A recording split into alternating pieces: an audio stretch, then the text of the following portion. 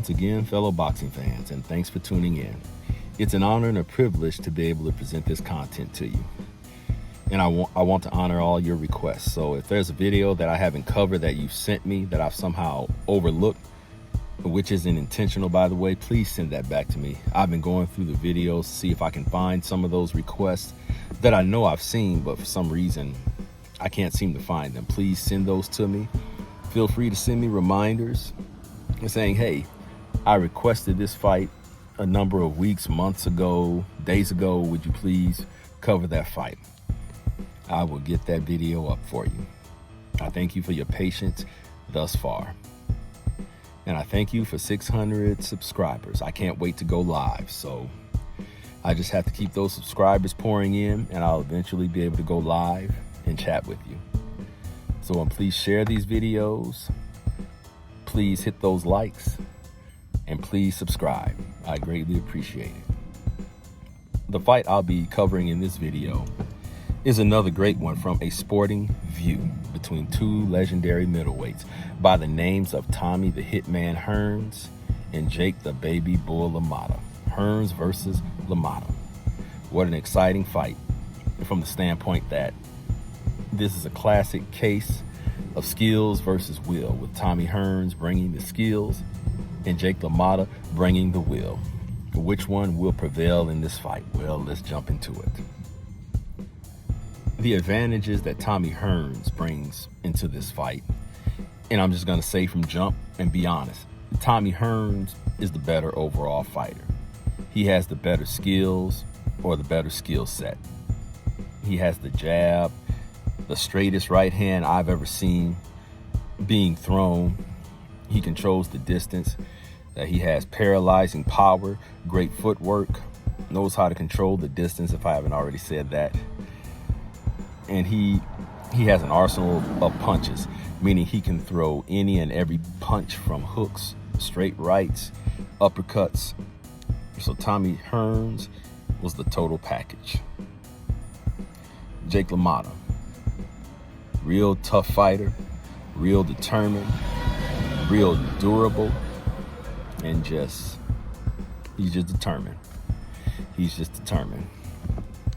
Now, the trouble I see Tommy Hearns running into in this matchup is his stamina.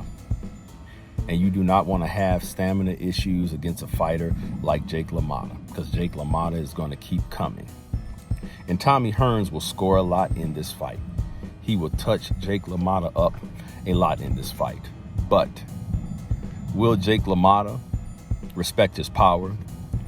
And I assume that I'm picturing this fight taking place at a time to where referees didn't jump in too quickly to stop fights.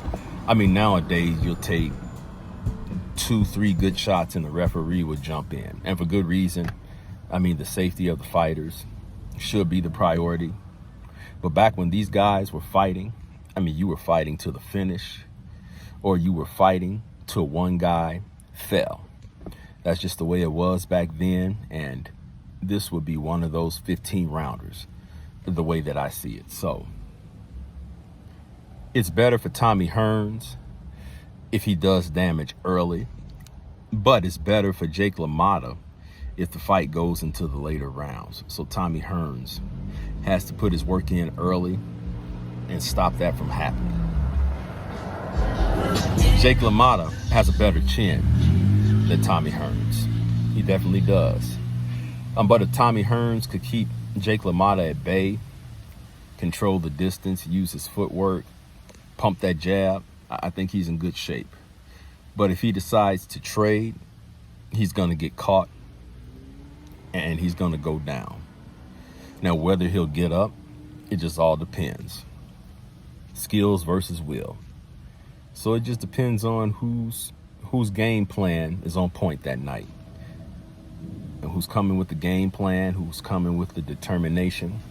It's more game plan on Hearns' part, but it's more determination on Jake LaMotta's part.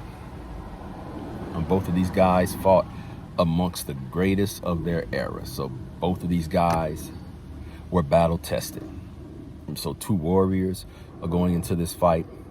Two seasoned fighters are going into this fight. And I can't believe I'm saying this, I really can't, but I can't get around Jake LaMotta getting to Tommy Hearns down the stretch. And I have a feeling that it will go into the later rounds and that Jake LaMotta will press the issue. Tommy Hearns will tire out and Jake LaMotta will stop him late in the fight. Let's just say around 12, 13. Once again, I can't believe I'm saying this, but I have Jake LaMotta by TKO victory via round 12 or round 13. Those are my thoughts. Let me know what you think. I know you will. And I will see you on the next video. It's okay to disagree with your favorite fighter. It really is. It doesn't mean that you're disrespecting them, that you're trying to say you know more than them. And it's not even that you don't like them. I disagree with my favorite fighters all the time. I've disagreed with Floyd, Andre Ward, Bernard Hopkins, and Roy Jones, particularly when it comes to Errol Spence Jr. But we have to stop the extremes. Just because you respect a fighter, or just because that fighter may be one of your favorites, doesn't mean that you automatically agree with everything they say or do. What brought this on? It was James Toney's comments about Bud Crawford stopping Spence. That's right. James Toney says that Bud Crawford will knock Spence out, which is fine. There's nothing wrong with him making a prediction. There's nothing wrong with him expressing his opinion. He's definitely earned the right to do so. I respect him. I respect his opinion. And at the end of the day, I just want them to fight. Speaking of Bud and Spence, I just want them to fight so we can find out already. But people get bent out of shape, or they've gotten bent out of shape, just by me saying that I respectfully disagree with James Toney on this. Mind you, I could be wrong. He could be wrong. But we're all here to express our opinions. And it would be boring.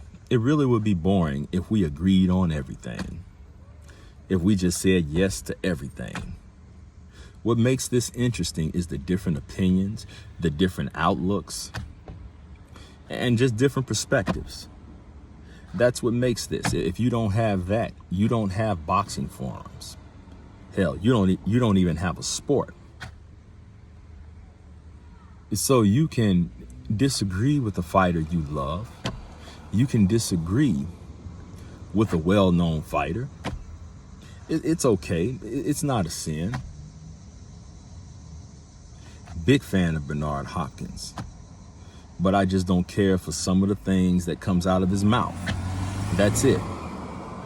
There's no one person on this planet. There's no one person on planet Earth that I agree with on everything.